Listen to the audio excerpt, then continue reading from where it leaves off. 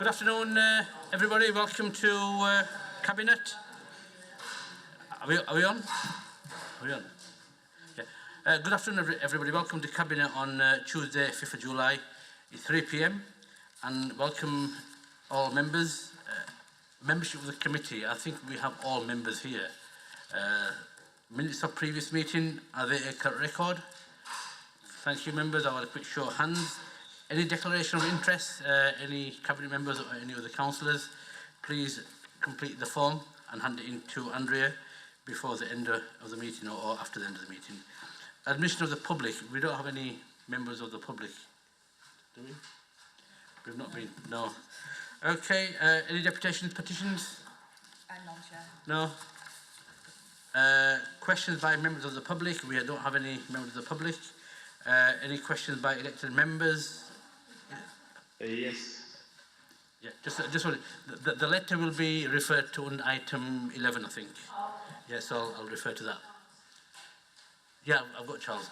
So I've got John Lawson first, and then Councillor Marchington, and then we'll bring Councillor Charles Greaves in, and then I'll just see if there's any more members who want to ask an oral question.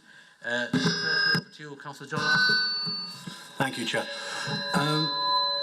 Given the length of time that the Amazon planning application has been in, by its next milestone it will be December, which will make it nearly 2 years, and given the resources dedicated to that application, how long do you think it's reasonable for an application to be in our planning system, and how many bites of the apple do you think it should have?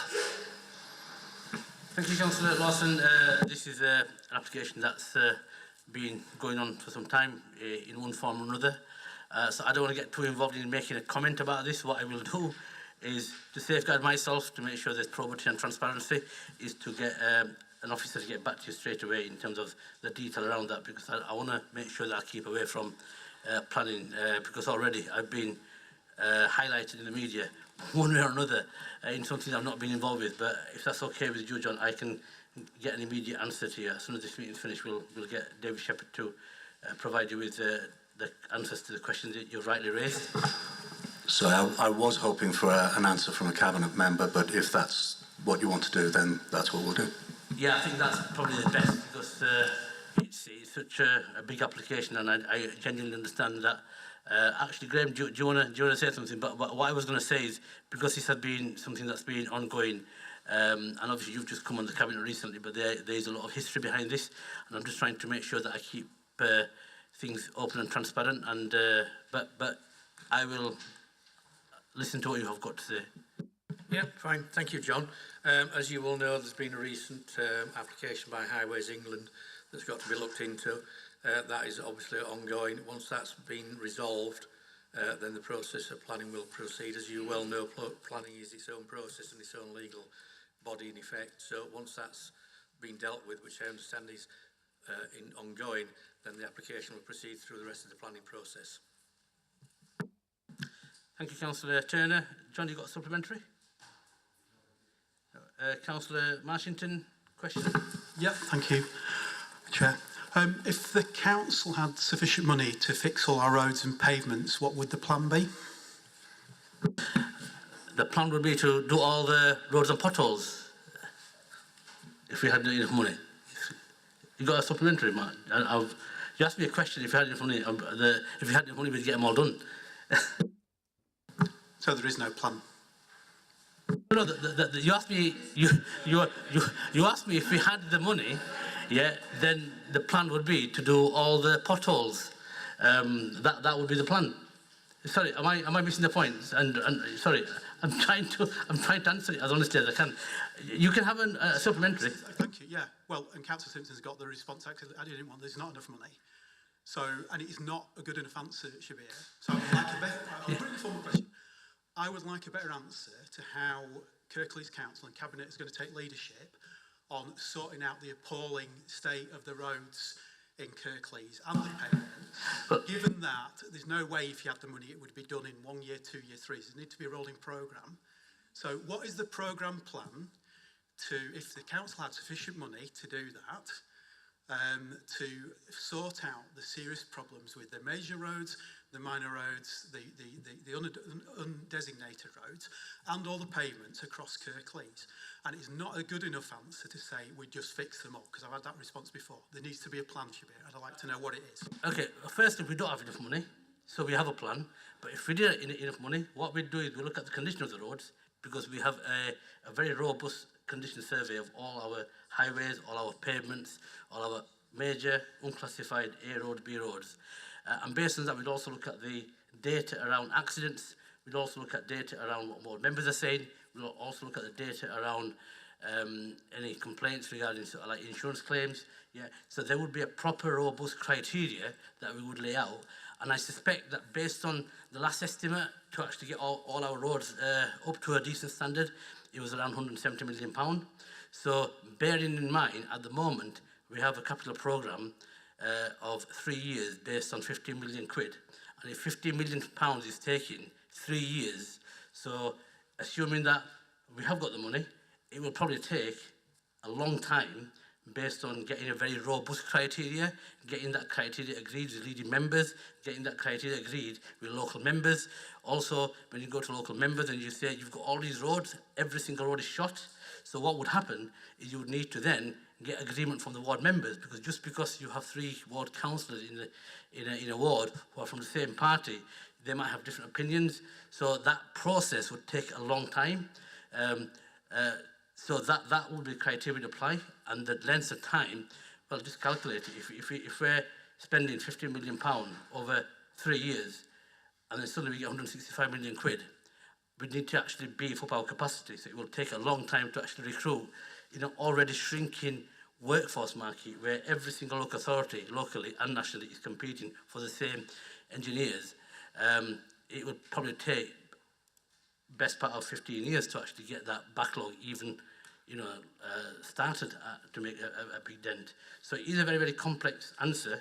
And the reason why I know about this, because I used to work in construction, and I know that when I used to work in construction many years ago, to deliver a project of multi-million pounds, yeah, you just take 2 or 3 years just in the planning stages, because what you got to do is you got to make sure that you look at how you package it, because if you suddenly had 165 million pound, you won't want to do individual contracts. You'd probably partner on a national framework, probably P21, using the NHS framework, and then you'd actually have to go through a whole process of recruitment, selection, and getting a preferred partner.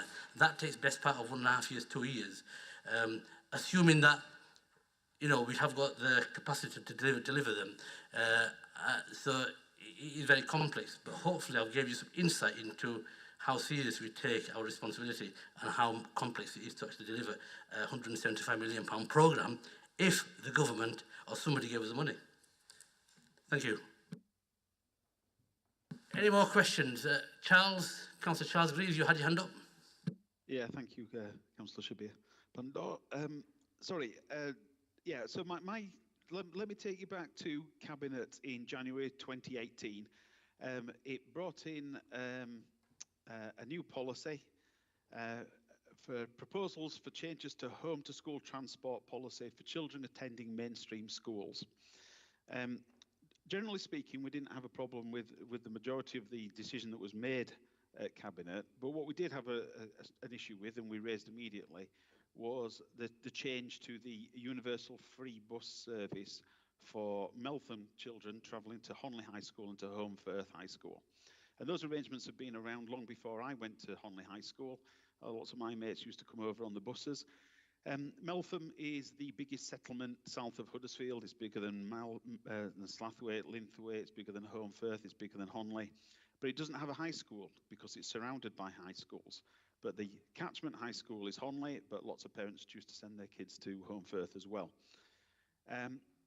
When this policy was brought in, we did say that actually the savings that were going to come about from it aren't really going to be delivered, that the policy is almost unworkable, and that it was really, really unfair to Meltham children and their parents. I think we gave the example that if it had applied whilst Terry Lyons' children were at Honley High School, he'd have been paying £1,000 a year to get his kids to school on top of all his other bills. And Terry wouldn't be the only person in that, who would struggle financially. So we raised the issue a number of times with cabinet members, and it's something that we've raised. We're at a point now where 4.5 years later, the council has not been able to implement this policy. But we've got parents who are still in limbo land as to, well, what is happening with the buses? And that limbo does have an impact upon people's life choices, which school they send the kids to, and how they plan and prepare for it. So my request to the cabinet is to say this: that policy has not been possible to implement, and insofar as it relates to the school buses to Honley High School and Home Firth High School, please reverse the policy and go back to what it was before.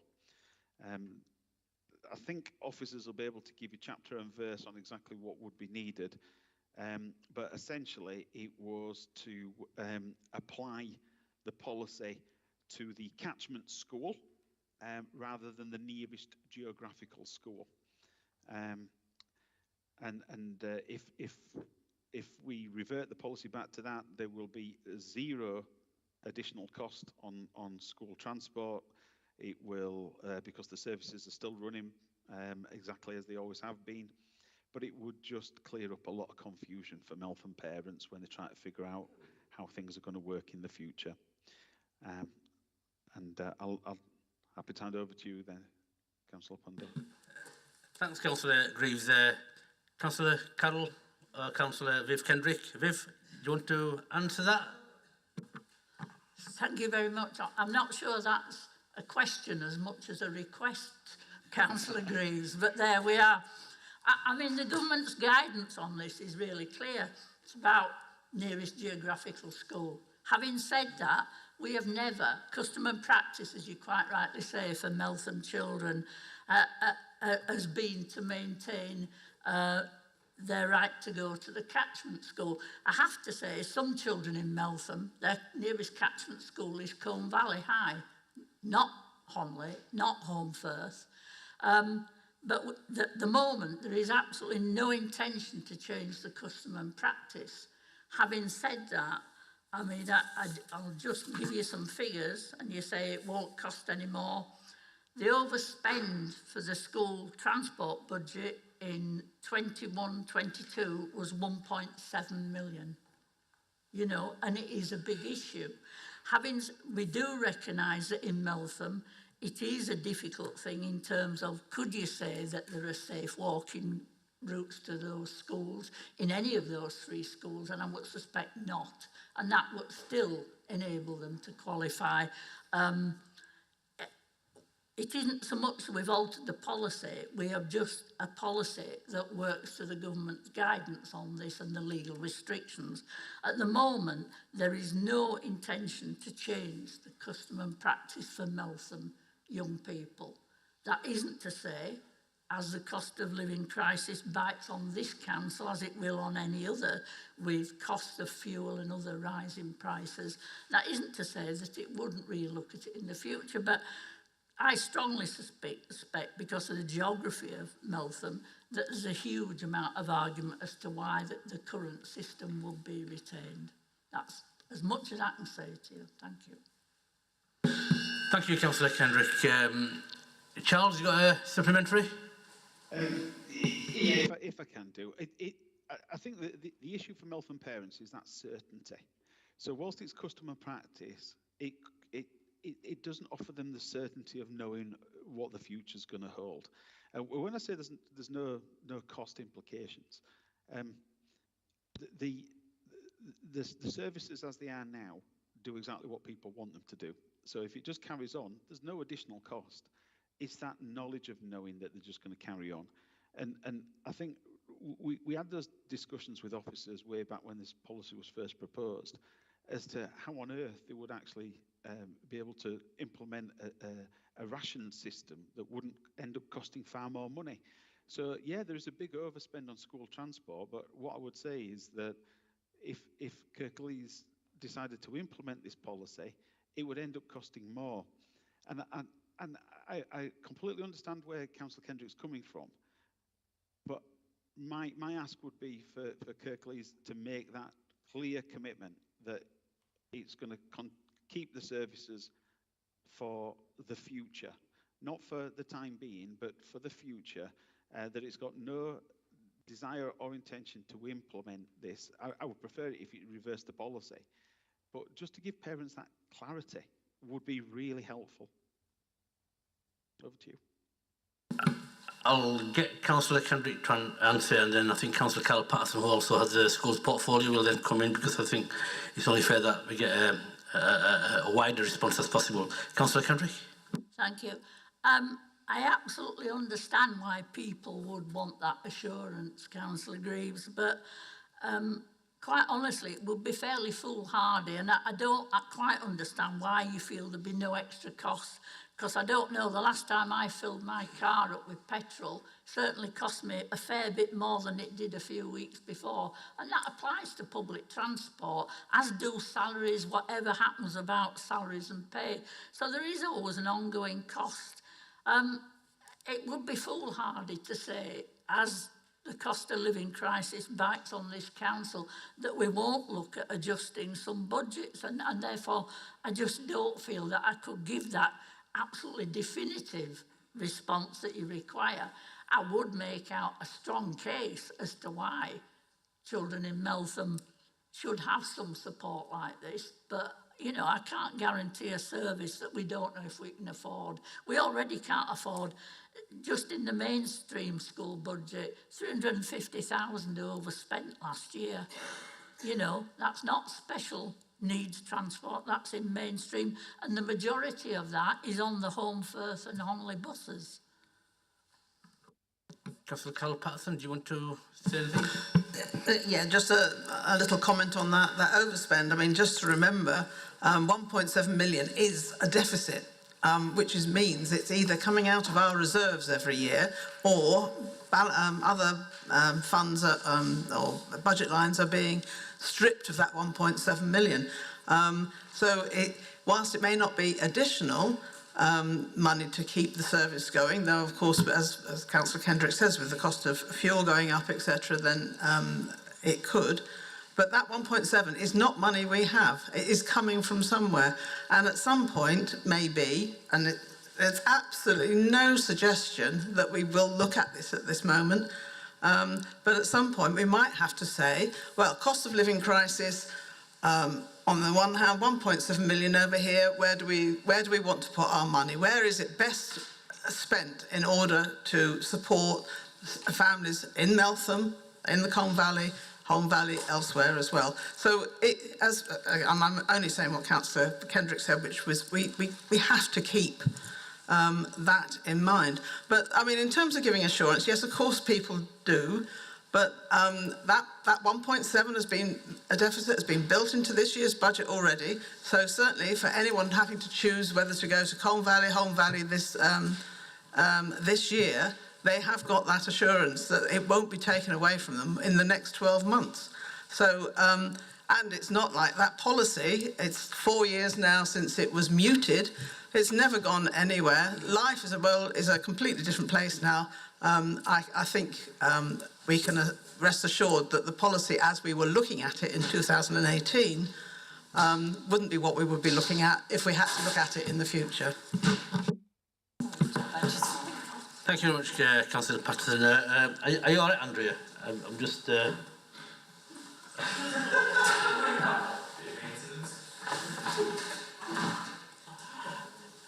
Okay. I've got Councillor Bill Armour. Bill, you got a question? Yes, thank you, Mr. Chair. It cuts across several portfolios, so I'll ask you. Are you satisfied that sufficient and conveniently sited blue badge parking is provided in Huddersfield Town Centre? Is that your question? That's the question. Or is the Cabinet satisfied? Blue badge, is that parking? Blue badge parking. Councillor Muscan.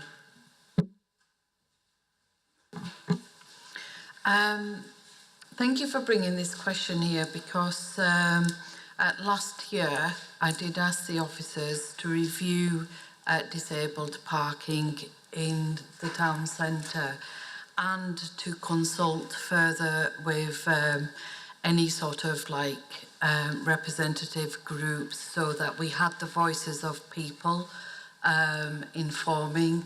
And it was especially after the changes to parking in the town centre during the pandemic. So I would welcome any other feedback that you may have, Councillor Armour, in terms of disabled parking in the town centre, and we're happy to relook. Thank you. Thank you, Councillor Khan. Councillor Bill Armour, you got a supplementary? Yes, I took the trouble to go down to the Piazza the other week and look at the plans for the blueprint. Parts of it, yes, we were very happy to say we're going to ramp the area across where the Piazza is now, make it accessible. I asked about nearby Blue Badge parking, and they had no idea whatsoever. It appears it has not even been considered as part of the Huddersfield blueprint process. Just to declare an interest, my wife is a Blue Badge holder, and the town centre is horrific for Blue Badge holders. So are we going to integrate Blue Badge parking with the Huddersfield blueprint process? We're still in the consultation process, and I'm hoping that we can incorporate all the views, including the views that you have expressed today. And I'm sure you've actually told the officers who are based in the office in Piazza that this is something that you've actually seen, and hopefully they can take that into consideration. So we're still in the middle of the consultation process, but you know, every single aspect will be taken seriously. All the feedback that comes will be taken seriously. And you know, thanks for raising that. But I'll ask Councillor Muscan if she wants to come in because she's got a hand up. Councillor Muscan. Thank you, Leader. I just want to inform Councillor Armour that the town centre blueprint design, it is being informed by dementia-friendly principles, and we've been working with Stirling University to ensure the town centre is accessible as possible to people with disabilities, because when we talk about dementia friendly, we're not talking just about dementia. The same principles help people with a wide range of disabilities. So if you have any further feedback in terms of parking, please do just drop me a line, drop me an email, and we'll have a look at your issues and problems and suggestions, and certainly incorporate. And I think this message goes out to any other community group, or you know, like I said, we consulted a broad range of different people that meet, and carers and so forth. You know, it is something that as a blueprint develops, that we need to keep an eye on, and it's a continuous learning curve. So it's not going to be a situation of, oh right, okay, that's it, and it's constant evaluation, because the needs of the towns, the demographics of the town mean that there's an increasing number of more and more people that require assistance or have disabilities. People are living longer. The older population is growing, so it's not something that will be. I just want to make sure that you answer within your remit, because I don't want you to sort of like get carried away into someone else's remit, because one of the things I said was we're in the middle of the consultation, and we don't want to say too much until we get the consultation responses back. I've got two members left. I've got Councillor John Taylor, and then I've just noticed Councillor David Hall has got his hand up as well. So, John, over to you. Thank you, Chair. I've got a couple of questions, so if I can come back in after David as well, if possible. But my first question, and I didn't realise Bill was going to ask a question about the blueprint, but mine's related to the blueprint as well. And that's that, you know, that there are plans to demolish the piazza, the shopping areas of the piazza. My question is what discussions we've had and what money has been put into the plans to support the businesses in the piazza to move and relocate to elsewhere within the town centre, particularly mean the bigger ones like Boots and WH Smith's, because I worry that there's a possibility they might just decide to cut the losses and leave. And we've seen that happen in other parts across the district. So I'd be very interested to know what the plans are and what negotiations, discussions we've been having. Thank you. Thanks, Councillor Turner. Can I ask you to answer that, please? Yeah, thank you, John. There has been a number of discussions with the residents of the few residents left in the piazza, and discussions are ongoing. There will be a paper coming sometime later this year on the negotiations, because obviously part of that is around surrendering leases, etc. So there are numerous conversations going on with them. You will appreciate that the two big ones, WH Smith and Boots, are multinationals, and these can be challenging conversations, because sometimes it's getting the right people to make the right decisions or make any decisions. But I can assure you there is negotiations ongoing with both those parties, and discussions around compensation, etc. as well, which are commercially sensitive. I'm not going to say any further. Thank you very much. You've got a supplementary, Councillor Taylor? Yeah, I don't want to know the details of any negotiations, but can you reassure me that there's some money in the budget for that?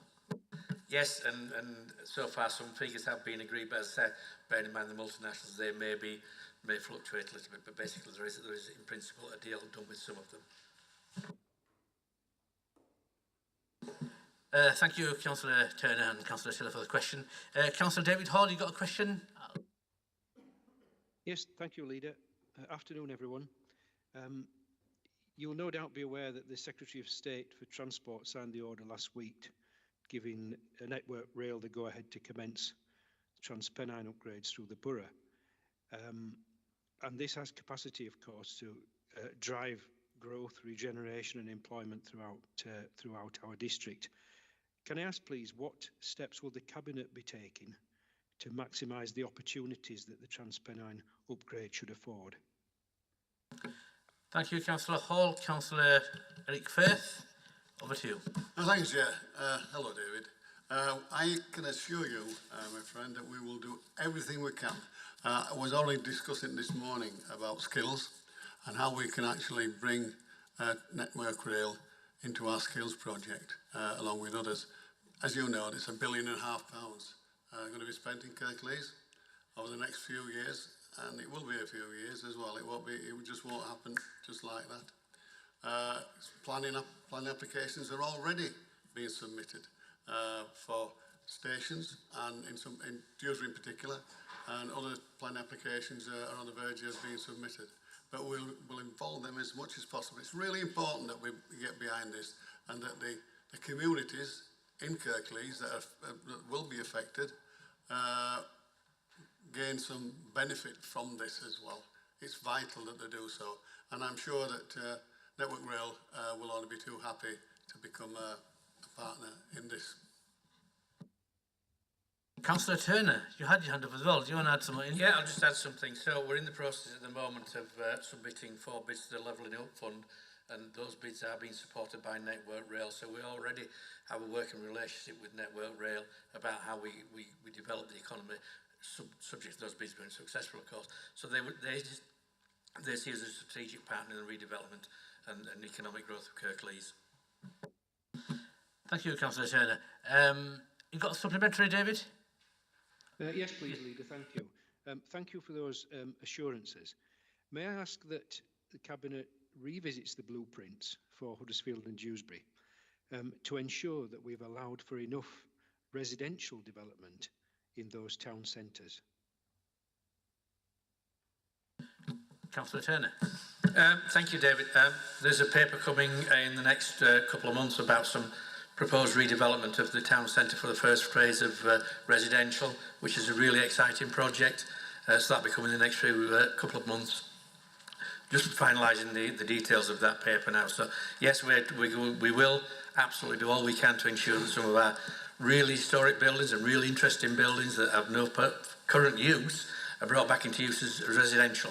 So watch this space. There is some really exciting things being developed as we speak. Thank you, Councillor Turner. Another question from Councillor John Taylor. John, over to you. Thank you, Chair. It's for Councillor Firth. And I understand we are developing a transport strategy for the district. And I wonder if at some point he could share some of the details with me or maybe brief me on that. For a long time now in this council, I've talked about the lack of a strategic link south from Huddersfield, and that Huddersfield is uniquely positioned between Sheffield, Leeds and Manchester, and we don't make enough of that. And I want to make sure that if there is a strategy being developed, that we're looking at it strategically. Far too often at this council and at West Yorkshire, they look east-west and they don't look north-south as well. So will he be happy to meet with me and share with me the thoughts that have been progressed and maybe with officers so far on that transport strategy where we are? Thank you. Yeah, not only will I be delighted to share it with you, John, I'll be delighted to share it with any interested member. I think it's a must. Thank you very much. Have we got a supplementary, Sean? Okay, thank you, members, for your question. And I think that just brings us nicely to end of questions. Is there anybody else that wants to ask a question? No. I think you've got a minute left. Okay, we'll move on to item 8. Proposal by Queensgate Market Traders Association in respect of the Queensgate Market relocation. Councillor Eric Firth. Eric, over to you. Thank you, Chair. As you know, we made a decision in January of this year to close the Queensgate Market in February of next. After that decision was reached, the market traders got together and came back to us with their own proposals that they actually vacate the market and give up the leases for some compensation. And this was agreed by all the market traders. And I think, to be honest, it's a good deal. It's a good deal for the market traders, but it's an even better deal for us, I think. Not only do we not have to form another market, because you know the plans, we were going to put them in steel containers in the centre of town. We'd have had to put utilities in, electric, water, drainage, which would have cost an absolute fortune. The traders have decided that it's not for them, or not for the majority of them. Some of them do want to continue trading in Northumberland Street, and some in shops that either they will find or that we can find for them. But that's their position. They want to leave the market in October, and that in turn will let us get into Queensgate earlier than months earlier than we were originally planned, and hopefully start some work on the master plan in there. So unless there's any questions or comments, I'm just going to move this, Chair, because I think it's a good deal for all concerned. Question from Councillor John Lawson. John? Thank you, Leader. So, am I right in thinking now that markets in Huddersfield are finished? Okay, so I'd like just a little bit more detail on that. One of my comments about this report is that it's a little bit light on detail, so I would like to sort of just explore that a little bit. I think, could we look at that and I'll come back with the... Yeah. Yeah. What are you saying, Mark? Are you asking me whether markets are finished? Yes. Far from it. Far from it. There's a handful of traders actually hoping to go into Northumberland Street, the open market. But under the levelling up scheme, I don't know if you're aware that we are making a bid, which, funny enough, has only just been signed off by the Huddersfield MP yesterday afternoon, which will be submitted to government when the portal opens. The portal is not open yet, but we've a number of bids ready, oven ready to go in. And that, my friend, indicates quite clearly that we've complete faith in markets. We want to invest in Northumberland Street Market going forward. And Plan B, levelling up money does have a checkered past. We've got to say this is not the first bid. So what is our plan B? Because you'll agree with me that the vital breeding ground that is markets for young businesses and for small businesses, small enterprises, is a launching pad for many businesses that go on to be very, very successful. I don't need to tell you that. So what's your plan B? Well, on that last point, we're working with the National Market Traders Federation of doing just that, about bringing young entrepreneurs into the open market, both here and Dewsbury in the future. The plan B is, if we're not successful, we'll have to find the money from elsewhere, or some money from elsewhere, to reconfigure, regenerate Northumberland Street as it is. Thank you, Councillor Firth. Any more questions on this item? I'd like to second that. Just like to thank the officers for all the hard work they put in because things are moving quite fast. And hopefully, after this decision, they'll start to get the actions in motion. So are we okay to approve that? Just quick show of hands. Thank you very much, members. Next item is item 9. Thank you, Andrea. Register Providers, Cluster Programme Update and Land Disposal. Councillor Graham Turner. So, Chair, thank you. This item seeks Cabinet approval to release 5 council-owned sites allocated in the local plan for housing to the 13 group at below market rates. This will allow up to 200 homes to develop quickly, which will help address our current housing shortage. By working with 13 group on these sites, we are aiming to reach a figure of 85% affordable units, rather than the standard 20%, which we sometimes do struggle to achieve. The remaining 15% of homes will be sold to provide the income to enable the 85% figure to be achieved. 13 Group will use the most modern building techniques and will install solar panels and EV charging points and low carbon heating, and they are aiming for zero carbon ready homes subject to the geographical restrictions of some of the sites. 13 Group have an excellent track record and have some 35,000 homes under their manage. As a not-for-profit charitable or cooperative, they are an ideal partner for us to work with. We are already working with them on some other projects which I mentioned earlier on that will be coming forward in the next few months. And if today's report is approved, I hope that this will be the first of many such projects that we can deliver with the 13 Group and as we share their aims and values. Chair, I ask Cabinet to approve this report subject to the conditions on page 20 and 21 of today's agenda. Thank you, Councillor Graham Turner. Councillor John Lawson, you've got a question? Thank you, Leader. My question goes back to some 12 years ago. I know, bear with me. During the reorganisation of schools from 3 to 2 tier,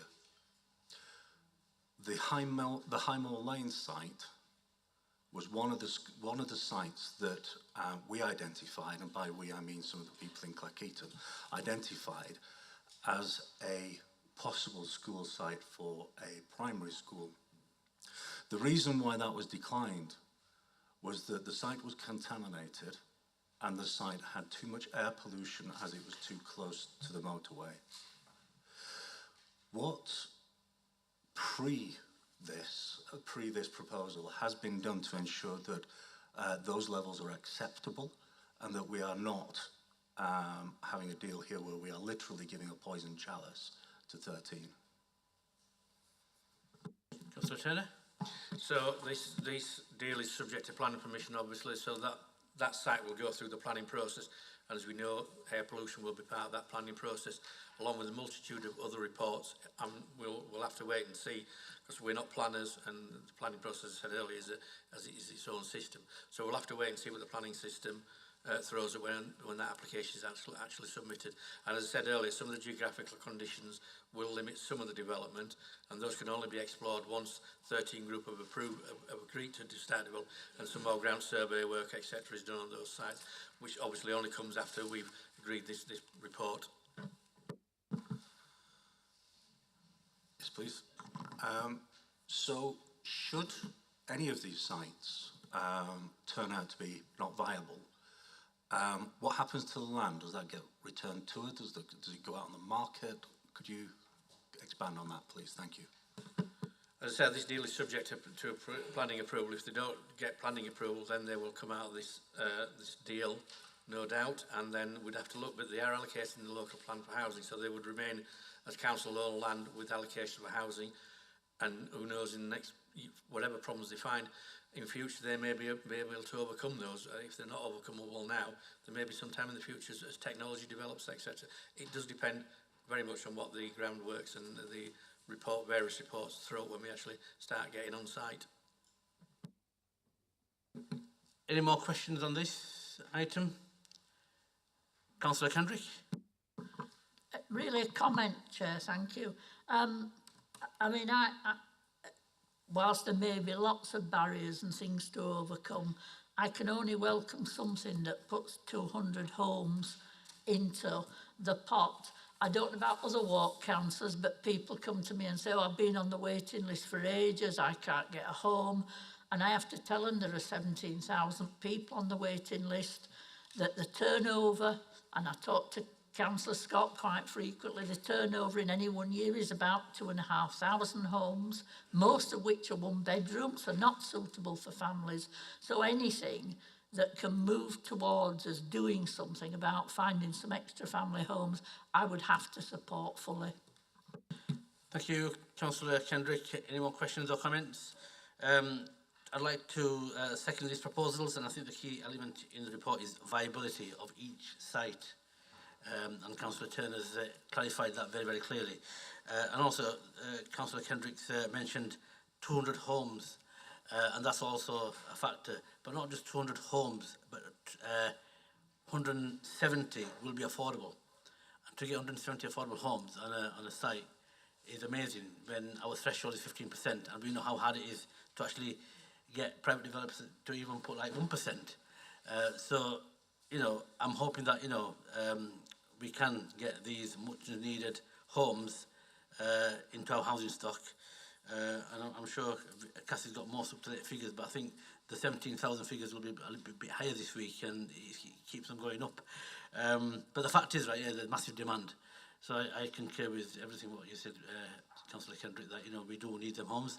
But at the same time, John, I really welcome your comments that, you know, we will have to make sure that each site is viable, and that'll be a separate process. 12 years ago, you know, you had the contamination issues, but again, in a previous life, I used to look at reclamation of contaminated land, and the technology that has moved on in terms of how to actually bring in contaminated land back into use. So I'm hoping that all that will be factored in to the equation, because the bottom line is that we've got a massive need out there, and we need homes, and we need homes for a growing population, and you know, that is the driver to make sure that everything else is complied with. Thank you anyway. So can I have a quick show of hands to get that report approved? Thank you very much, members. We'll go on to the next item, which is item 10. Proposal for additional housing support 2022-2023. Councillor Paul Davis. Thank you, Leader. I think you've seen the report quite amount of detail with regards to the various funds and the various support that's been put in by the government over the last period in terms of this particular arena. I'm not going to go through that in any detail. I think the focus that I want to put on this is really in the latest tranche of the Household Support Fund, which we receive, which is approximately 3.7 million. That's very welcome. It gives us an ability to look at what we can do to support our citizens going forward. So within the officer's recommendations, you'll see an outline of the work that's been done in conjunction with myself, officers, and other relevant portfolio holders. There are some constraints, constraints and obligations, if you like, within the particular fund. We do have to make sure that at least 1/3 of the funding supports pensioners. So the recommendation is, as that lays out, that 1/3 of the 3.7 will be used to target pensioners who are in receipt of council tax reduction. This would give an allocation of 1.23 million. This would mean approximately about £100 per house for those households. And Fortunately, through the work that's been done on distributing the £150 energy rebate, we now have some processes and systems in place which will help us to distribute that fairly easily. Then when we come down to households with children, I think certainly many of us have had discussions about support in terms of free school meals, and we were fortunately able to do that with a previous tranche of the Household Support Fund. But because of the way this is split, that's not possible, because to do that would mean we couldn't provide the other support that the government have laid out, as I just referred to. So what we've decided is to propose a £70 per child payment to those families entitled to free school meals. So that's per child. And I will emphasise as well, that does not exclude those vulnerable families for applying for other welfare support from ourselves as well.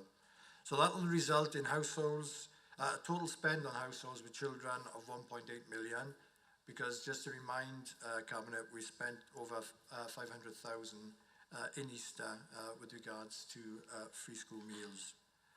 That gives us a remaining balance of 650,000 that we propose to use within our welfare fund, our LWP, and in particular to support the third sector, the voluntary sector, and obviously the case-by-case support to families and individuals. So those are the three key criteria within that 3.7 million. So the support to pensioners, which is equivalent of about £100 to those vulnerable pensioners, the £70 per child for those families entitled to free school meals, and that gives us the remainder of a £650,000 budget going forward to support further citizens who are obviously under great pressure at the moment with the cost of living crisis. I would absolutely support this and propose that this be passed by Cabinet so that we can go forward with implementing this as soon as possible. Thank you, Councillor Paul Davies. I've got Councillor John Taylor who's got a question. John?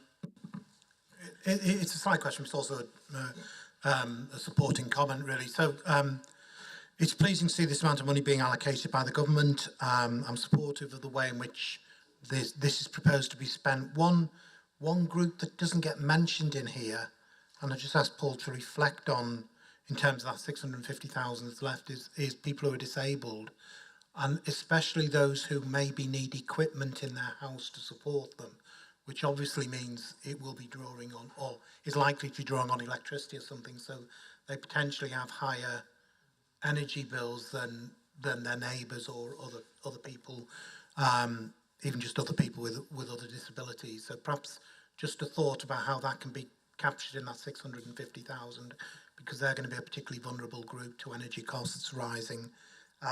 And then my other comment was more on the £150 rebates that was provided earlier in the year. And I mean, in corporate scrutiny earlier on, we already passed on our thanks to the team in finance that managed that, because that was a lot of work in a very short period of time.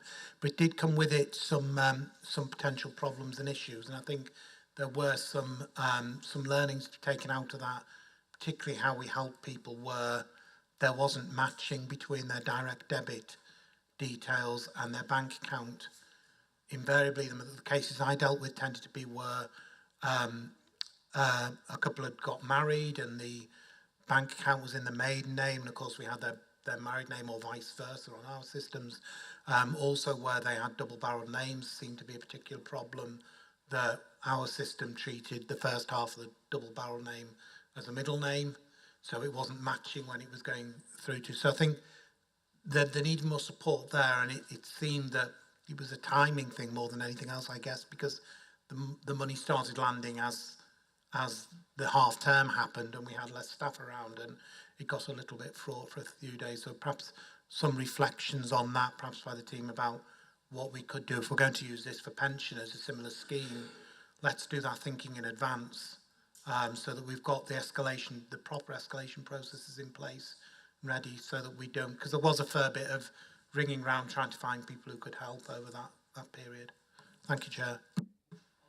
Yeah, certainly. take the issue of disabled individuals. You're right, John. I think this has been something that's been talked about nationally as well, and you've seen in the media. So from that 650 budget, that is a discretion. That's up to our discretion. There is no means test, and there is no constraint around that. So we can certainly look at individuals and look at supports needed. Also, just to remind people, there is still a discretionary fund of £1 million related to the council tax rebate, the 150. So that's being worked on. So that may obviously impact some people who perhaps don't fit into categories for the automatic payment, and so that could help as well. But I think specifically from what you're raising there, certainly they should, individuals like that should be contacting us. We should be doing everything we can as councillors as well to try and open up that communication with those individuals. So a good point. I'll pick that up with the team, John. I think what crosses my mind is just, this may well have already been done, but communications with disabled groups and various other referral agencies. So we'll make sure that happens as well.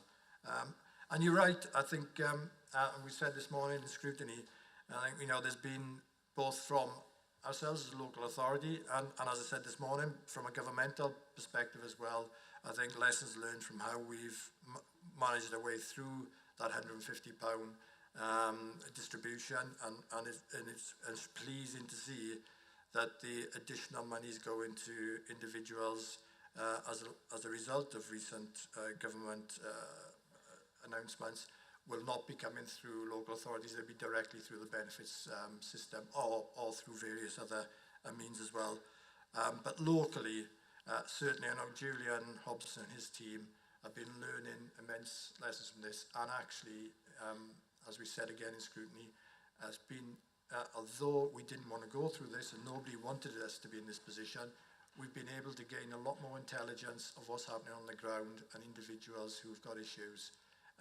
And so, from that perspective, there's been some value. So we'll certainly welcome any other further comments, and certainly any referrals. I would encourage councillors to provide any referrals through. It doesn't have to come to me, go directly to the welfare team. And in particular, let's get the message out that there is the welfare provision there. There is a budget. It's not huge, but one of our problems, to be blunt, is actually getting people to talk to us sometimes about the support they need. So let's just make sure we get that message out. Councillor David Hall, got your hand up. Yes, thank you, Leader. Just a quick question on this. Obviously, delighted to see that we've got this money, and I think the decision's being taken in the right way to devolve it down to local councils, because it's local councils who have a greater view of what's happening on the ground. Could I issue my usual plea, please, to the Cabinet member that we come up with a really simple referral system that councillors can use to send people straight through to where they can get the help they need, because we're already getting quite a few inquiries about this. Thank you. Thank you, Councillor Hall. Councillor Davis. Yeah, absolutely agree. Fairly. Oops. Sorry. It's okay. I thought it was something else. Yeah, absolutely agree. I think one, if there is anybody who's got an issue, by all means contact me in terms of getting things through. But the details are there. We've got the contact points both online and the telephone number details. What I will do is make sure that we get that information out to councillors again. It is very effective in that respect, and particularly the telephone support that is really aimed at helping those individuals who haven't got, who are digitally not included, but also have problems in using that technology anyway, even if they do have it. So I'll have a chat with the team, and we'll get our comms out again so everybody's got that. But as I say, please, if there are any difficulties or issues or any specifics that you're worrying about, please contact me directly and I'll pick those up. Thank you, Councillor Paul Davis. Councillor Hall, have you got any supplementary, or are you okay with that? Thank you, Leader. Thank you for that reply, Councillor Davis. Thank you. I've got three cabinet members who have put their hand up, and I'll just let you know who they are. First, Cathy Scott, and then Naheed, and then Viv. So, Cathy, over to you. And that's what I was referring to, Paul, earlier. So my apologies if I put you off. I was just making sure that I had the right people. So, Cathy, over to you. Okay. Thank you, Chair. I'd like to welcome the report today that Councillor Davis has brought before us. It's good to show that this administration is concentrating its efforts on our most in need. I want to commend staff, before I go further, on the ones that worked on the £150 energy rebate system. It proved to be phenomenal. It's got good practice in it. It's enabled them to take it forward to this next round. And it's already been mentioned about people with disabilities, but there's also the category of vulnerable adults and families that will be coming into it, and I'm welcoming the 650,000. And in that category there, we have a lot of working poor people. And the reason why I'm glad to see there's an opportunity for them to bid into something is the borderline where they don't get universal credits or any support because they've just by a couple of pounds gone over the edge. So I'd like to commend the officers that have prepared this report. It's been well thought out. I think it's a good way forward. We've got a long way to go. These small piecemeal things that we're getting through, fed through from the government, I think it's quite competitive, competing against other councils on small amounts of money. But hey, we've got this money, let's use it for the time being. But I think going forward, we're going to more challenging times, and we've got to find more innovative ways of supporting people. But well done, Councillor Davis. Thank you very much, Councillor Scott. Councillor Naheed Mather, over to you. Thank you, Leader. Once again, I just wanted to say what a brilliant job our staff have done in making sure, not only writing the report, in making sure that all the processes are in place, that people who need it get the help. It's never going to be enough. Times are going to be tough, and we need to be creative, as Councillor Scott has just said. What we really need is not a bidding war, not competition. We need us to make sure that our residents have a good life, that they don't feel that they have to go in for these rebates. We need to make sure that people earn decent wage. Children are looked after, and people don't have to be categorised in order to make ends meet. So what I'm looking for is what councils can do if they have the money. And I'm looking for a decent life, a good life for everybody. So my message to the government is we need ongoing funding to ensure our residents are able to lead a good life, rather than having to go cap in hand to food banks, to energy rebates, to get their children the food they need to put on the table. So thank you to our officers for administering this monies and to making sure that people who need it are being targeted. But we definitely need, as we move towards tougher times, more money in order to make sure people have a decent life. Thank you. Thank you, Councillor Mather. Councillor Viv Kendrick. Viv, over to you. Thank you, Chair. Really just on a more practical basis, I mean, Councillor Taylor referred to people who are disabled and the challenges they face. And this report does acknowledge that on page 33, in that there is £150 to all those citizens. The problem is there's a fair bit of confusion, and I think almost groups of people would need a bit of information about what it means to them. So, you know, somebody who's on personal independence payments, attendance allowance, disability living allowance, the reason they get those benefits is it is acknowledged that they have higher energy costs because they tend to be at home more, transport costs, care costs. There's £150 there, but also, I'm pretty sure from reading this, they'll also be entitled to the £400 domestic electricity account, And most of those people will also be on one of those other qualifying benefits. What I'm not necessarily clear about is, I noticed tax credits, you'd only get one, whichever was the higher payment, but I suspect that they will get one of those payments plus their disability payments, plus the extra 150, plus the 400.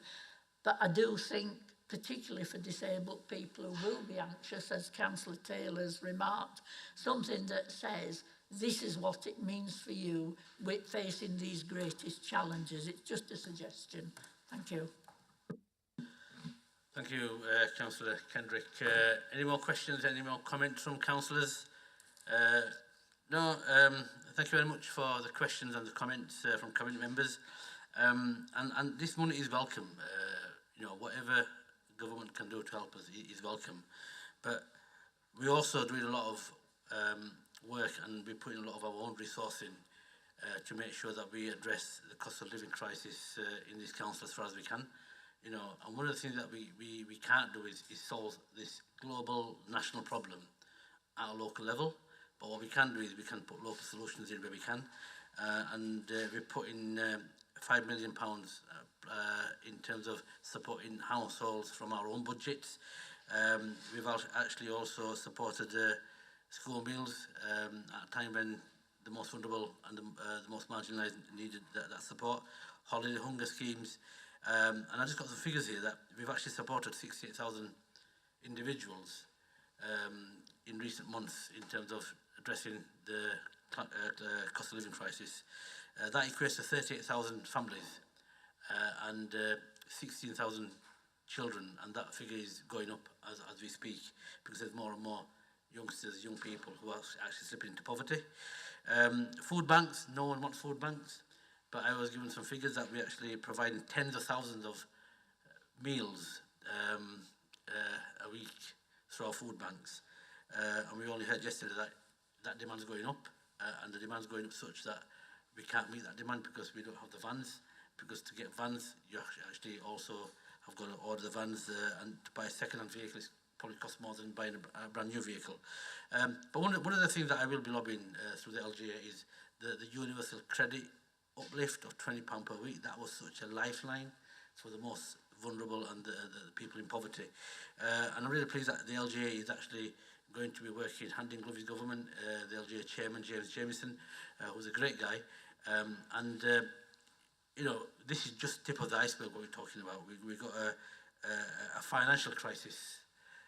Because yesterday we were talking about inflation and then stagnation, but stagnation isn't really taking place, because stagnation only takes place when employment is actually going up, but employment is actually quite stable, and there's more jobs in the economy. So nobody can understand how that formula works on the back of inflation. And also the fuel crisis, which we know, yesterday there were thousands of people coming out protesting against the fuel crisis. And we saw in recent weeks, Arriva, Unite, and various strikes that are taking place. We saw the RMT going on strike. And inflationary pressures, I'm hoping that they're going to stabilise. But yesterday again, I was reading an article and it was saying that it might actually go even higher. And then that means that interest rates will go high. And when interest rates are going high, we know that people have actually suddenly bought properties worth quite a lot of money. And they thought interest rates were going to be stable under 0.5%. And 1 or 2 percentage points interest rates can have a massive impact on people who are just struggling to actually pay their mortgages. So this isn't just about people who are actually already in poverty. This is just about working class or people who are actually working. I was talking to a nurse very, very recently, and she was saying to me that, Shabir, I can't afford to live. And I said, what do you mean? She says, well, all my money is going back and forth to work, because although she lives in Dewsbury, she's got to travel to Pinderfields, and it's costing her over £100 a week just to put fuel in her car. And then on the back of that, you know, the prices for food and basic commodities is going through the roof. And this is a nurse, and we're very, very short of nurses and basic frontline staff. We were a couple of years ago, we were clapping for our nurses, our social workers, our truck drivers, our bus drivers, So we need a concerted effort collectively to actually work hand in glove, because I can't see how long we're going to actually carry on. I can't see how we can sustain a future for all residents in all local authority areas. And that's where I will be doing everything I can to push the government through the LGA, with other local authority leaders, irrespective of which party they come from, because we're all facing the same problem. Because there's got to be a bigger solution. Already Rachel Reeves announced that, what we need to do is start to retrofit £19 million homes at the start, because if you can retrofit 90 million homes, which are quite dilapidated and quite old stock, it'll actually bring the fuel bills down dramatically, because a one-off amount of money, £400, £500, helps, but it's just sticking plaster. It just plugs something, and as soon as it plugs one area, another area bursts. So we've got to have a long-term solution. But thank you very much, Councillor Davies, for bringing that report. I'm sure we all support it, and let's hope that we carry on trying to help everybody who's in need. So a quick show of hands. Thank you, members. That's carried. Next item is item 11, Holmfirth Town Centre Access Plan. Now, before I ask Eric to introduce his item, there was a letter from Margaret Dale, who it was addressed to me, and I've given all cabinet members a letter which I'm sure you've all read. Thank you, Margaret, for your letter. All the cabinet members have actually had a copy of that. Very interesting points, very valid points you've raised. The bottom line was that you think it's a good idea, but you've raised some issues in there which I'm sure we'll take into account. Councillor Firth, over to you to introduce this report. Thank you, Chair. I think great pleasure introducing this. It's just a pity my colleague Peter isn't here, because he's worked on this with colleagues and officers since, when is it? 2018. And it's been a long time coming. But can I first of all thank the officers for writing this really comprehensive report that it's almost a saga. It collates the journey from 2018, all the options that are being discussed, consulted upon, because we're on option 4 now. And it really covers all the issues, all the objectives, and the interventions to make this town centre navigable. Perhaps that's a good way to do it, and because we all know that Holmfirth Town Centre gets clogged up. When this scheme is delivered, and I certainly hope that colleagues will support it today, it'll transform Holmfirth, and it'll transform the air quality too in the area. So I think, do you remember the phrase that we used to use some years ago about safer, cleaner and greener? This really will apply to the centre of town in Holmfirth, and it'll make it a pleasure. I wish I lived there. It'll make it a pleasure for the local residents and for the visitors alike to visit Holmfirth. And without more ado, I'm going to be brief on this one, as I usually am. Can I move the recommendations on page 49? Yes, you can. But before we move on, any questions, comments? Councillor Paul Davis, you got a... I will try to be brief. Yeah, you're right. This has been a long time coming. And again, I would echo what Councillor Firth said. My gratitude to officers, a number of officers, some of whom are certainly Keith Bloomfield, who's no longer working with us as well. But I think what we need to remember with this scheme is that this scheme is very much based on the feedback from the residents within Holmfirth and the surrounding area. And I think it's a fantastic example, as I've said previously, of where the council is absolutely listening to residents and absolutely working with communities. Yes, we know there's been some views which have been, opposing what's been planned, but that context is one of very significant consultation, huge numbers which are in the paper, and I was around, when we had 2,500 responses, let alone the social media impact, which is even much more in excess of that. And as you can imagine, this is something, as a ward councillor, I have discussions on probably most weeks. So I think that's an important point to remember.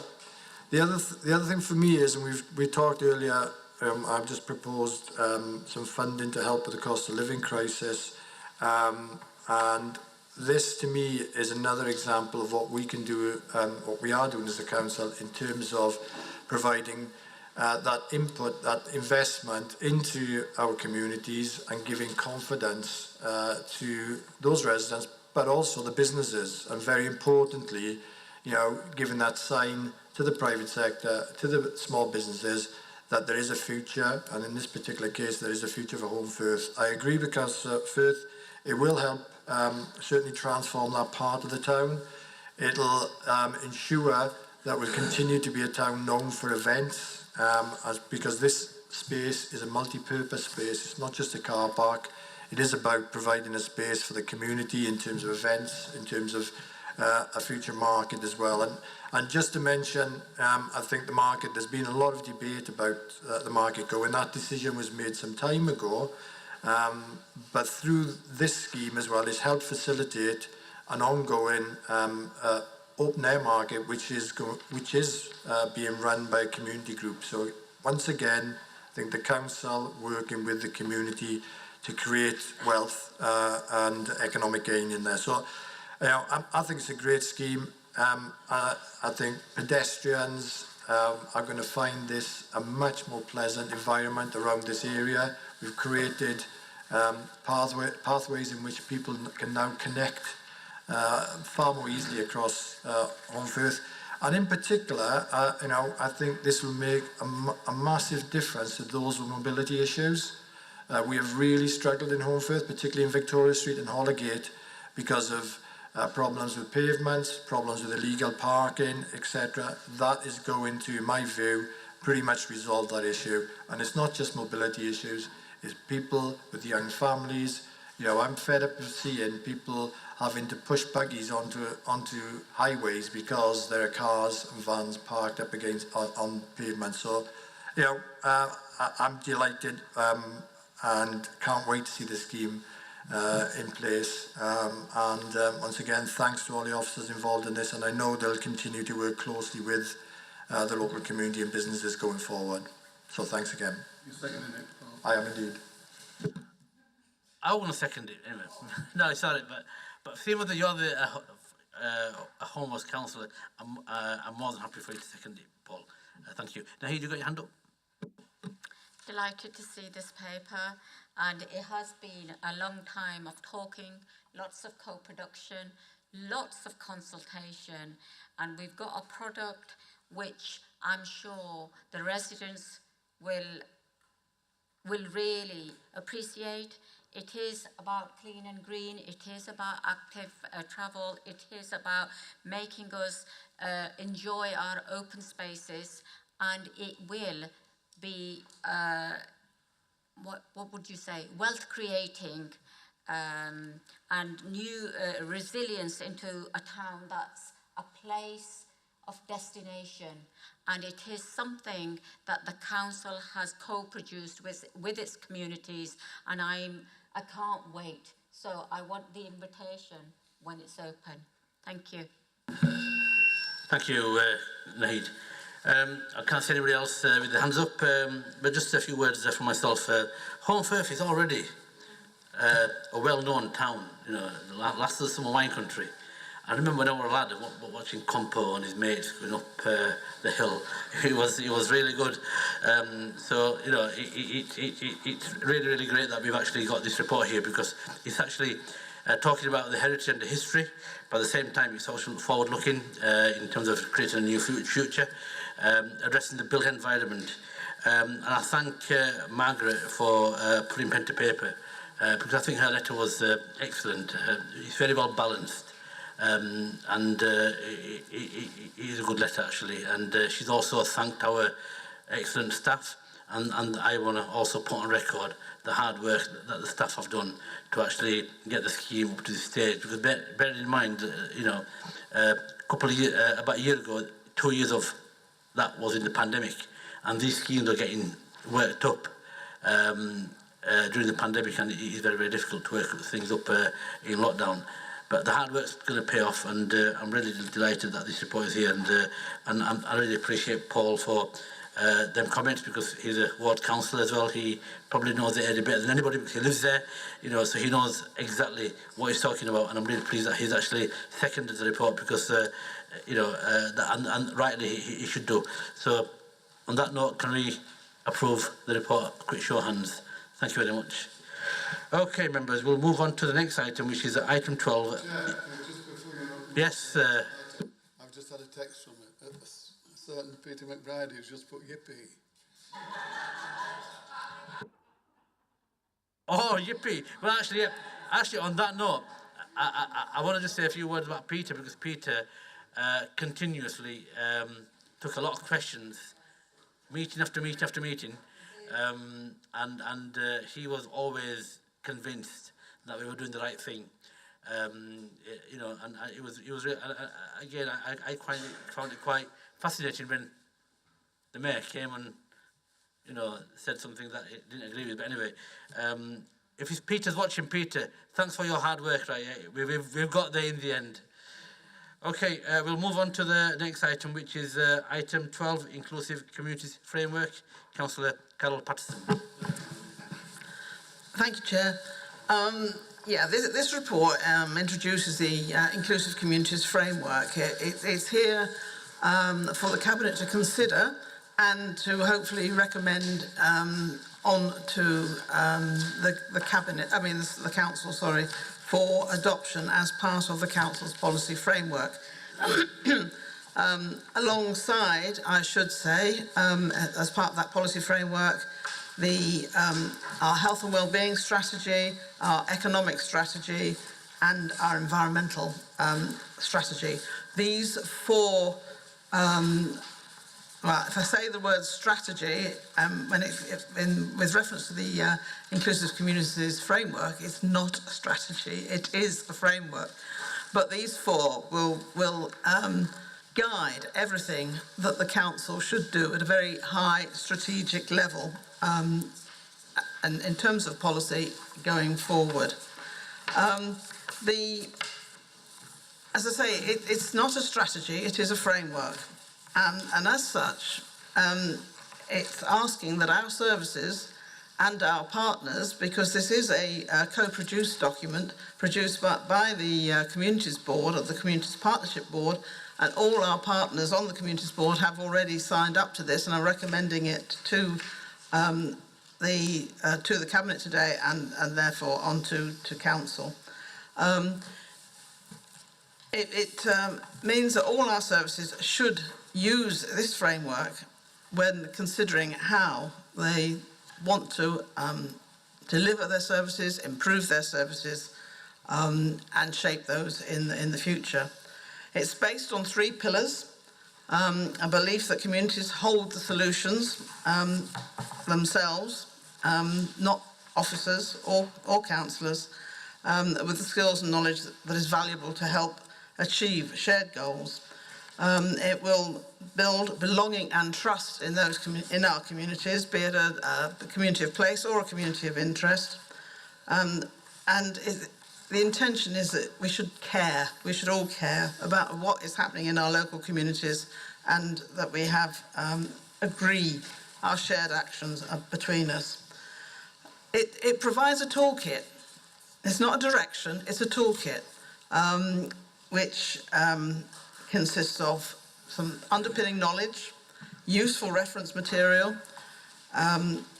It states 5 inclusive approaches that we would wish to see, which are trusting, equalising, connecting, celebrating, and communications.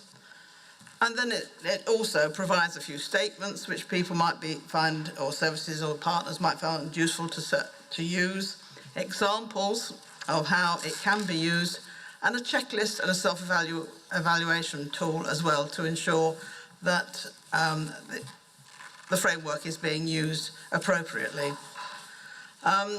This, as I say, it's being co-produced and already agreed at the Communities Partnership Board. It's also been to Overview and Scrutiny Management Committee, and the comments that were made at the Overview and Scrutiny Management Committee have been taken on board and will be addressed in the Council report. So they're not here actually today. I think that's as much as I really want to say just at the moment, but I should also point out that the recommendations at the end have slightly changed. This is it's an illustrative process. When it goes to communities, it goes to scrutiny, it goes to cabinet, and now hopefully going forward to council. So the recommendations that we wish to put to council are that the contents of the Inclusive Communities Framework, as recommended by the Communities Board, be noted, and that the report in front of you be referred to the meeting of council on the 13th of July 2022, with a recommendation that the Inclusive Communities Framework be adopted and included within Article 4 of the Council's policy framework. I think the actual document attached to this report, the framework here, is a really well designed and set out document which really does enable managers, services, partners to find their way through and to use this framework, and we do hope that it will then provide or produce far more cohesive and inclusive communities, resilient communities in the future. Thank you. Thank you, Councillor Smage. You've got your hand up. Yes, thank you, Councillor Pandor. I just wanted to highlight the points that were raised by Overview and Scrutiny Management Committee. I realise it's been a quick turnaround for this framework in relation to decisions, but Scrutiny considered this last week. And our points were that we wish to see the implementation plan, if this framework is agreed, we wish to see the implementation plan for consideration at an early stage. We want to see how this is going to be implemented. There was minimal reference to councillors as representatives of the community in the document, and we thought the importance of the role of councillors as representatives of communities should be there. The need for realistic expectations, such as in respect of community input to decision making, the use of accessible and clear language in the framework, the provision of a balance of case stories, reference to all of the engagement undertaken, and the need for a focus on action as a key element. One of the panel members brought up the listen, follow up and act accordingly principles, and the listen and follow up is there, but the action, act accordingly, needed to be highlighted as well as part of the principles.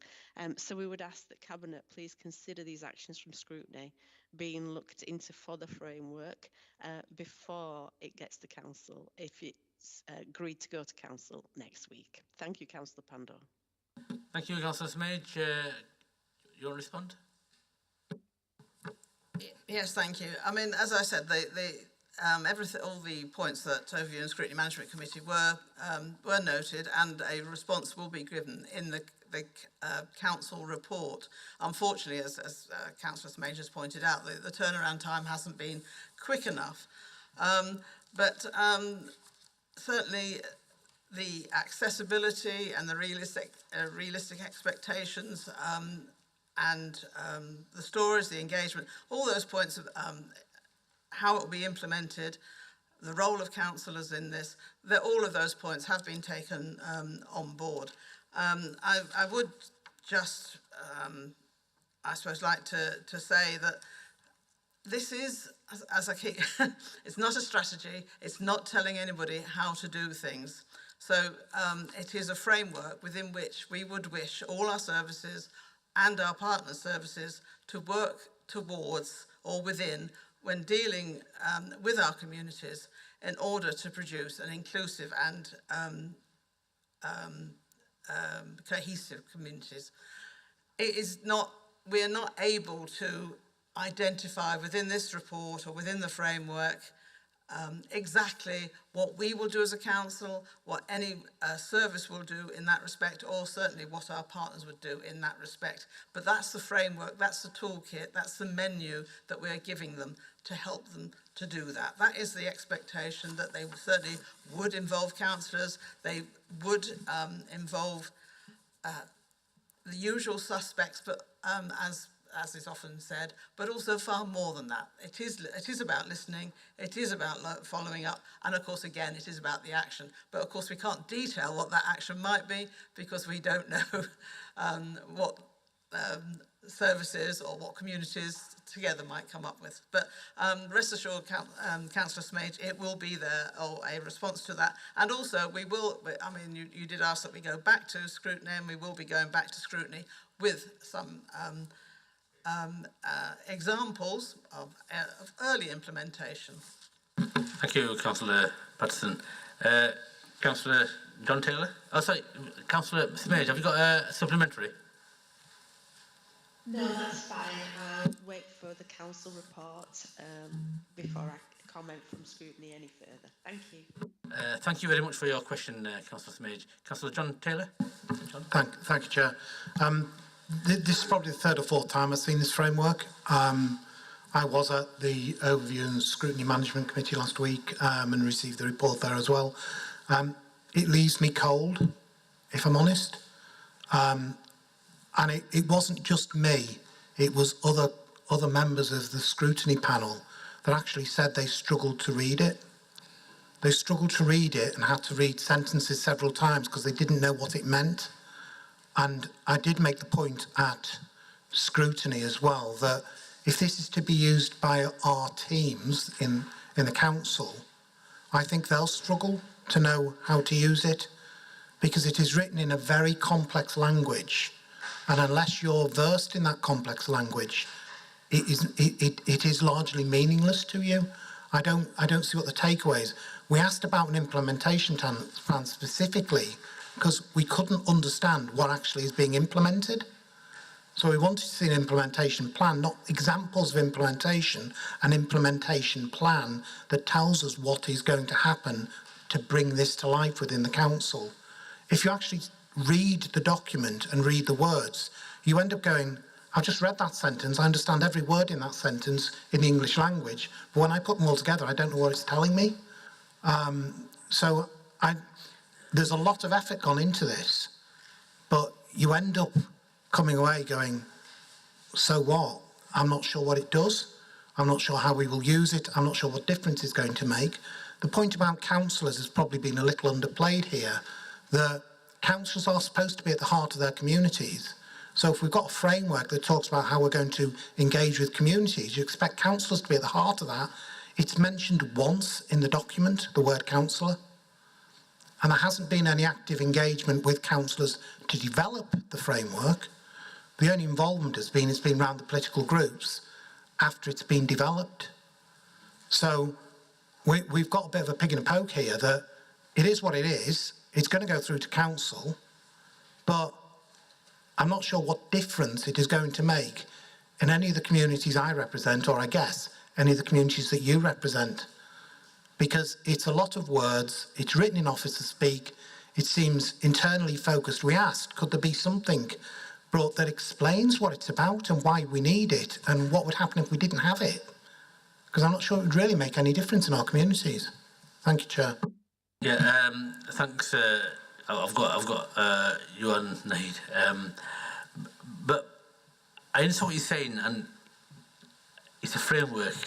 It's not a strategy, because if you've got a strategy, there'd be an action plan and an implementation plan. But I won't say anything else because I also understand where you're coming from.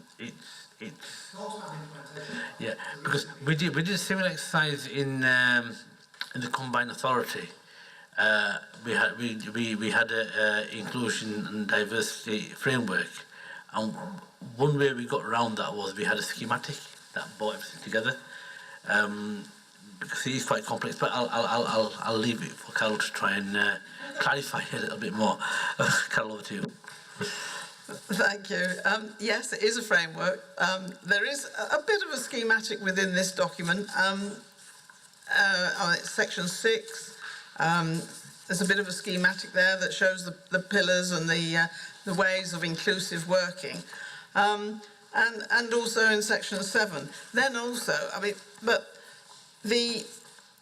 hopefully what most officers or services will be using will be the actual checklist at the end. It is that for their managers, perhaps, and for senior leaders of different partners to if I just understand the words, that sounds awful. But it isn't meant to be for general, for the general population or for general use. It is, to say, a framework, like a procurement framework. I don't particularly understand the words in a procurement framework, but it is that framework which people work within. And I said the toolkit and the self-evaluation and checklist at the end of that should ensure that that services work within that. Now, it doesn't mention not just councillors, but it doesn't mention any particular community group or anything else, or any particular people or anything like that, because we don't know who will be included at any one particular time. And it is to be seen alongside everything else in our policy framework for the council, and that is where it's written that councillors should be at the heart of everything. So that's almost a given within this. If there is a consultation process, then yes, councillors are part of that, as are X group, Y group, and Joe and Jill blogs on the street as well. So one of the other essences of this is that we do things with people, as we've heard before, not to people. So again, it's not prescriptive in how we do we implement this approach. And we can't have an implementation. It isn't to be implemented. It is there. Once we've agreed it, it will be there. It is a framework which we work within, and the implementation will be in the different things that happen. And certainly things like place partnerships are an absolutely wonderful example of how it will be implemented. And that is where councillors and others are at the heart of it. So I think by showing examples will be the best way of showing how it can be implemented. Councillor John Taylor. Page 37 says that an ICF implementation and support plan will be produced. So it says it's going to be an implementation plan.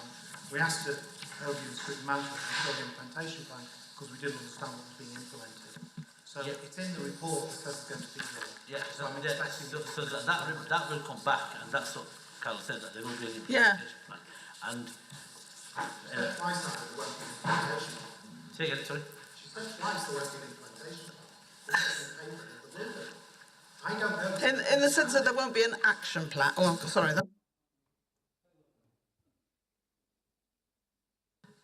There won't be an implementation plan in the sense that there won't be an action plan which says in March we'll do this, in February we'll do this, as Councillor Pandor just said. But it will be implemented. I'm sorry, it says an ICF implementation support plan for the next 12 months will be produced. That is an implementation plan. I don't know what else it is. So, Carol, I think you're both right. I can see. I can see. But can I just chair the meeting, please? You're both right. Whatever is produced, and Councillor Smith did say that they would want to be involved in scrutiny, and that's quite right place to go. But at the same time, it's a framework, and the devil will be in the detail, and I don't know how these implementations plans will look. There might be one big implementation plan, there might be small implementation plans. Each area is very, very different. But I think, I don't understand what you're saying, John, because I completely get what you're saying. The point is, it's so damn unclear, no one knows what it is, because nobody can explain it. it's in black and white of 100 odd pages, so, you know, anyway, I've got Councillor Scott and then Councillor Naheed. Councillor Scott, are you... No, I'll withdraw the question. I'm finding it terribly confusing myself, you know. So I think the eyes of scrutiny is important in this. So, and thank Councillor Patterson for the work that she has done on it. There was one, I will say, there was one element you did say when you were first announcing the report. You did say there was some wording change. But did you mention some wording had been changed, that it's different from what's here today, or is this the right what's here today? The recommendation. Right, okay, so the recommendation is different from what's in here? Slightly. Can you read the recommendation so that, and I'm not putting you on the spot there, so it's clear what you're recommending. Recommending, that's absolutely fine. Do you want to just mention the recommendation? Yeah, I did read it before, but I will read it again because, yeah, just, yeah, I know. That the contents of the Inclusive Communities Framework, as recommended by the Communities Board, be noted, and that the report be referred to the meeting of Council on the 13th of July 2022 with a recommendation that the Inclusive Communities Framework be adopted and included within Article 4 of the Council's policy framework. Thank you, Councillor Patterson. Councillor Mather. Thank you, Leader. So it's always very difficult to be all things to all people. So Inclusive Communities Framework, we're trying to take a lead and take our partnerships with us, but we're talking about our communities, and it's always best to work from bottom up. So, you know, what are the communities doing? And I do like Councillor Smage's idea that, you know, whatever you put in place, it has to be outcome focused. If you can't demonstrate that, really, it's a loads of words, loads of pillars, loads of... No criticism about the officers or you, but what I'm saying is very, very difficult to ever get this kind of co-production agreed by all. But this is a hearty attempt at the council saying what we would aspire to with our partners going forward, how they ought to work within their own organisations and outward facing within our communities. But I suppose the proof of the pudding is when those communities work with us, they can say, I enjoyed that, I felt included, and newer groups coming in rather than hostages to fortunes all of the time. Thank you. Right, thank you very much. Okay, it's going to council next week. Can we have a show of hands? I can't see anybody else wanting to... Okay, thank you very much. That's approved based on the recommendations Carol's mentioned. And I think that's the end of the meeting. You'll be glad to know. So thank you very much, and whatever you do, have a nice evening.